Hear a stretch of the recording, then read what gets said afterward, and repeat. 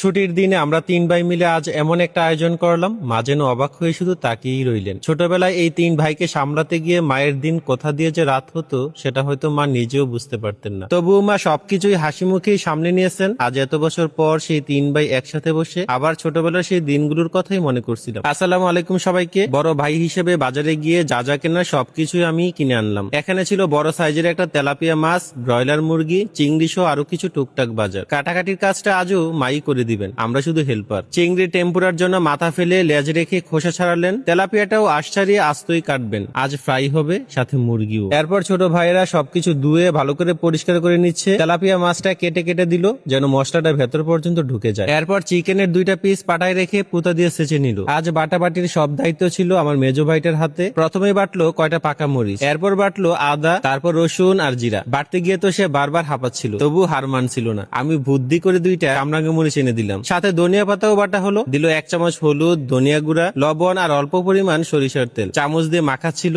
মা বলল, হাতে মাখ, কষ্টকর, মজা হবে। এরপর মাছটা পাটায় রেখে দুই পাশ ভালো করে মশলা মাখিয়ে নিল। সবার ছোট ভাইটা ক্যাপসিকাম কেটে দিল। মাছের কাটা অংশে ক্যাপসিকাম গুলো সুন্দর করে সাজিয়ে দিল। তারপর মুরগির দুইটা পিসেও একইভাবে মশলা মাখিয়ে সামান্য চিলি সস আর সয়া সস মিশিয়ে নিলাম। আজ অতিরিক্ত কোনো গরম মশলা দিলাম না। এরপর দুইটা দেশি মুরগির ডিম ফাটানো হলো। হঠাৎ করে আকাশটা অন্ধকার হয়ে গেল। আমরা চলে গেলাম রান্নাঘরে। আজ সবকিছুই হবে TQIUর এই এয়ার ফ্রায়ারে। যারা এখনো নেননি ঝটপট অর্ডার করে ফেলেন। ক্যাপশনে তাদের পেজটা মেনশন করে দিচ্ছি। এরই ফাঁকে আমরা প্রথমে মাছটা 180 ডিগ্রি সেন্টিগ্রেডে 15 থেকে 20 মিনিট কুক হতে দিলাম। এরপর চিকেনে কর্নফ্লাওয়ার আর ময়দা অল্প অল্প কোট করে ডিমে ডুবিয়ে ব্রেড গ্রামে মাখিয়ে নিলাম। তবে আপনারা চাইলে ব্রেড গ্রাম ছাড়াও ফ্রাই করতে পারবেন। মাছটা হয়ে গেলে নামানোটা দেখাতে পারিনি। চিকেনের পিসগুলো বড় হওয়ায় আমি আরেকটা এয়ার ফ্রায়ারও পাশে সেট করে দিলাম। এই এয়ার ফ্রায়ারটা অনেক উপকারী, প্রায় সবকিছুই তেল ছাড়াই ফ্রাই করা যায়। চিংড়িতে গোলমরিচ আর লবণ মাখিয়ে কর্নফ্লাওয়ার ময়দা দিয়ে ডিমে ডুবিয়ে আবার ব্রেড গ্রামে কোট করা হলো। এইদিকে চিকেনের এক পাশ হয়ে গেলে উল্টিয়ে দিলাম। এরপর সুন্দর কালার চলে আসলে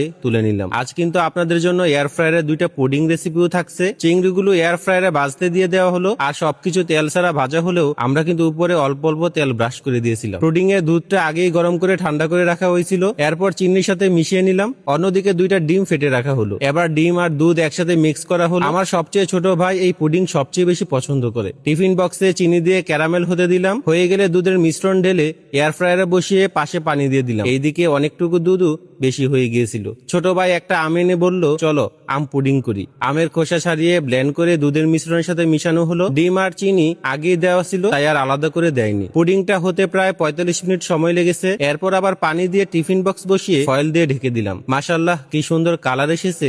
অবশ্য মাঝখানে আমরা কিছুক্ষণ ঢাকনাটা খুলেও রেখেছিলাম। এরপর নামিয়ে সাইড সারিয়ে দুইটা প্লেটে পরিবেশন করলাম। আমাদের তিন ভাই মিলে আজ এত পরিশ্রম করলাম, আর তখনই বুঝলাম রান্না করা আসলে কতটা কষ্টের। আমাদের মা বোনরা প্রতিদিন কত পরিশ্রমী না করেন। সবকিছু পরিবেশন করে মাকে আগে পুডিং সহ সব রেসিপি টেস্ট করালাম। আচ্ছা, আজকের রেসিপিগুলো আমরা কেমন বানিয়েছি কমেন্টে কিন্তু জানাবেন। ভিডিওটা ভালো লাগলে অবশ্যই শেয়ার করে দিবেন। আর যারা এখনো আমার পেজটি ফলো করেননি প্লিজ ফলো করে দিবেন, কেপিস কুকিং ব্লগ। আর ভাই ও আমাদের পরিবারের জন্য সবাই দোয়া করবেন। সবাই ভালো থাকবেন, সুস্থ থাকবেন। আল্লাহ হাফেজ।